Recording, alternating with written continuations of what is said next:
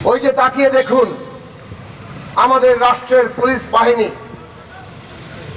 তাদেরকে একেবারে 24 ঘন্টা সতর্ক অবস্থায় যেভাবে দাঁড় করিয়ে রাখা হয়, ওদেরকে নির্দেশ দেওয়া হচ্ছে ভাবে দাঁড়িয়ে থাকতে। চিন্তা করুন, একটা সরকার ক্ষমতায় আছে, ওই 24 ঘন্টা পুলিশ বাহিনীকে সতর্ক অবস্থায় রেখে। আওয়ামী লীগ একটি রাজনৈতিক দল, তাদের দেউলিয়াত্বের পুরোটা আমাদের সামনে উদম করে ধরবে। 7 তারিখে ওনারা আমাদেরকে চূড়ান্তভাবে নাটকটা দেখাবেন। তারা নিজেদের দলের লোকদেরকে মনোনীত নৌকা দিয়েছেন, কিছু দলকে সহযোগী দল বানিয়েছেন। ওগুলো আর এখন রাজনৈতিক দল নয়। জাতীয় পার্টি থেকে শুরু করে ওনাদের 14 দল মিত্র কিংবা যারা যারা এই নির্বাচনে অংশ নিয়েছে, আওয়ামী লীগ বাদে বাকিদের কাউকে আর রাজনৈতিক দল বলা যাবে না। এরা সবাই আওয়ামী লীগের সহযোগী সংগঠন। এদেরকে কিছু সিট বরাদ্দ দেওয়া হয়েছে, এদেরকে পাশ করিয়ে আনার দায়িত্ব আবার প্রধানমন্ত্রী নিয়েছেন। কেউ জিততে পারবে না, কেউ জিততে পারে না। পত্র পত্রিকার খবর দেখেন, ওনাদের সকল মিত্রদের তাদের আসনে নির্বাচনের অবস্থা খুবই খারাপ।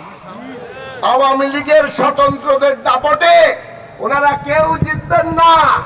প্রধানমন্ত্রী দায়িত্ব নিয়েছেন এনাদেরকে জিতিয়ে আনার। কিভাবে আনবেন? ওই রিটার্নিং কর্মকর্তা ঘোষণা করে দিবে কে জয় লাভ করেছে, কত % ভোট পড়েছে। কাজেই এই হচ্ছে ওনাদের নির্বাচন। ঘুম নাই। একটা সরকার ক্ষমতায় আছে যে এক মুহূর্ত দমন পীড়নের যন্ত্রকে কাজে না লাগিয়ে আর টিকে থাকতে পারছে না। এক মুহূর্ত বিরোধী দলের উপরে ভয় ত্রাস আর তাদেরকে জেলে না পুরে তারা আর নিশ্চিন্তে ঘুমাতে পারছে না।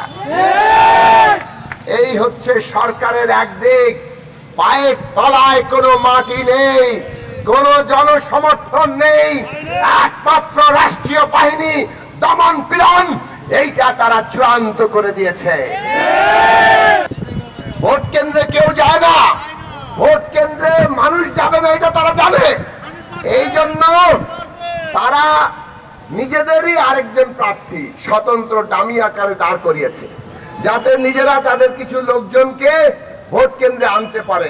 একটা প্রতিযোগিতা হয়, ওই ইউনিয়ন পরিষদে আওয়ামী লীগের 3-4 জন দাঁড়ায় না, উপজেলায় পৌরসভায় দাঁড়ায় না, ওই রকম করে ইউনিয়ন পরিষদ পৌরসভা নির্বাচনের মতো আওয়ামী লীগের এই 3-4 জন প্রার্থী দাঁড় করিয়ে দিয়ে ওনারা ওইটাকে প্রতিযোগিতা দেখাতে চাচ্ছেন।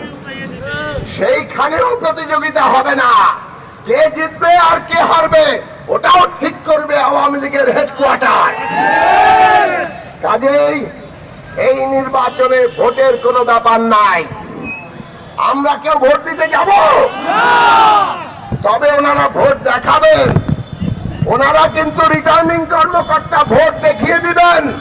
কারণ ওবায়দুল কাদের সাহেব বলেছেন 70% লোক নৌকায় ভোট দেওয়ার জন্য প্রস্তুত। তার মানে এইরকম একটি ভোট ওনারা দেখাবেন, তাতে কি আমরা বিভ্রান্ত হব? ওনারা যত % ভোট দেখাক, এই নির্বাচনে বাংলাদেশের কোন দেশপ্রেমিক মানুষ ভোট দিতে যাবে না। আর সেইটাই আমাদের দেশের জনগণের সিদ্ধান্ত। আওয়ামী লীগের এই দেউলিয়াপনা, রাজনৈতিক ভাবে এই দলটি যে এখন মৃতপ্রায়, তারা নিজেরা আজকে তাদের সমস্ত চেহারা দেখাচ্ছে। গদি টিকিয়ে রাখতে হবে। এই গদি টিকিয়ে রাখার জন্য দেশ জাহান্নামে যাক, তারপরে তারা গদি টিকিয়ে রাখবে। সেই কারণে আমরা আপনাদেরকে আহ্বান জানাই, এদের হাতে বাংলাদেশ আজকে যেভাবে ধ্বংসের দিকে যাচ্ছে, বাংলাদেশকে নিয়ে এরা যেভাবে ছিনিমিনি খেলতে চাইছে, এইটা বাংলাদেশের জনগণ কোনোভাবেই হতে দেবে না।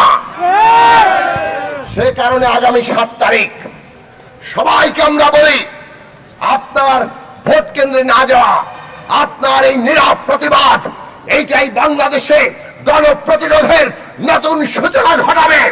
এবং সেই কারণে 7 তারিখে ভোট কেন্দ্রে যাবেন না, নিজেদের ঐক্য ধরে রাখুন এবং এই ঐক্যের মধ্য দিয়ে আমাদের চলমান আন্দোলন আগামী দিনে গণজাগরণের রূপ নেবে এবং বাংলাদেশ রাষ্ট্রটাকে বদলে গণতান্ত্রিক রাষ্ট্র বানাবে। এই ফ্যাসিবাদ, এই কর্তৃত্ববাদ, এই স্বৈরাচার আমরা উৎখাত করব এবং বাংলাদেশে গণতন্ত্র প্রতিষ্ঠা করব।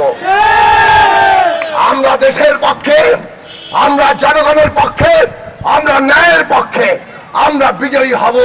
ভরসা রাখেন, ঐক্যবদ্ধ হন, আমাদের বিজয় সুনিশ্চিত। আরেকটি কালো অধ্যায় যুক্ত হবে যদি 7 তারিখ এই ডামি নির্বাচন, প্রহসনের নির্বাচন, যদি এই ডামি নির্বাচনের নাটক মঞ্চস্থ হয়, তাহলে ইতিহাসে আরেকটি কালো অধ্যায় সংযোজন করা হবে। তাই আমি গণতন্ত্র মঞ্চের এই সমাবেশ থেকে বর্তমান অবৈধ প্রধানমন্ত্রীকে অনুরোধ করব, আপনি আগামী কাল সন্ধ্যার মধ্যে, আমরা অনুরোধ করব সংবিধানের 123-3 খ অনুচ্ছেদ বলে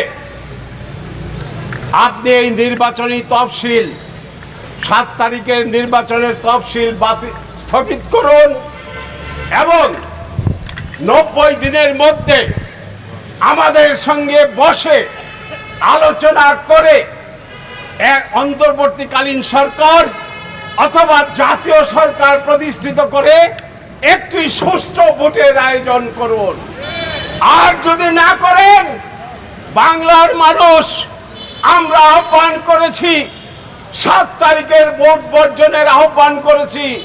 আমরা বিশ্বাস করি, মনে প্রাণে বিশ্বাস করি, বাংলার মানুষ 7 তারিখে আপনার এই নাটকের অংশীদার হবে না, দর্শক হবে না। তাই বন্ধুগণ, আমরা আজকে আমাদের এই সমাবেশ শেষে আগামীকালকের সংক্ষিপ্ত কর্মসূচি আমরা ঘোষণা করছি। ইতিমধ্যেই আমাদের সঙ্গে যারা যুগপৎ আন্দোলনে আছেন, তারা আগামীকাল এবং পরশু হরতাল ডেকেছেন। আমরা গণতন্ত্র মঞ্চ তার ধারাবাহিকতায় 31 দফার ভিত্তিতে 1 দফার আলোকে আগামীকাল আমরা বিক্ষোভ, এই 11:30টায় বিক্ষোভ, শান্তিপূর্ণ বিক্ষোভ কর্মসূচি আমরা করব এবং কালকে আবার আমরা পরের দিনের কর্মসূচি ঘোষণা করব।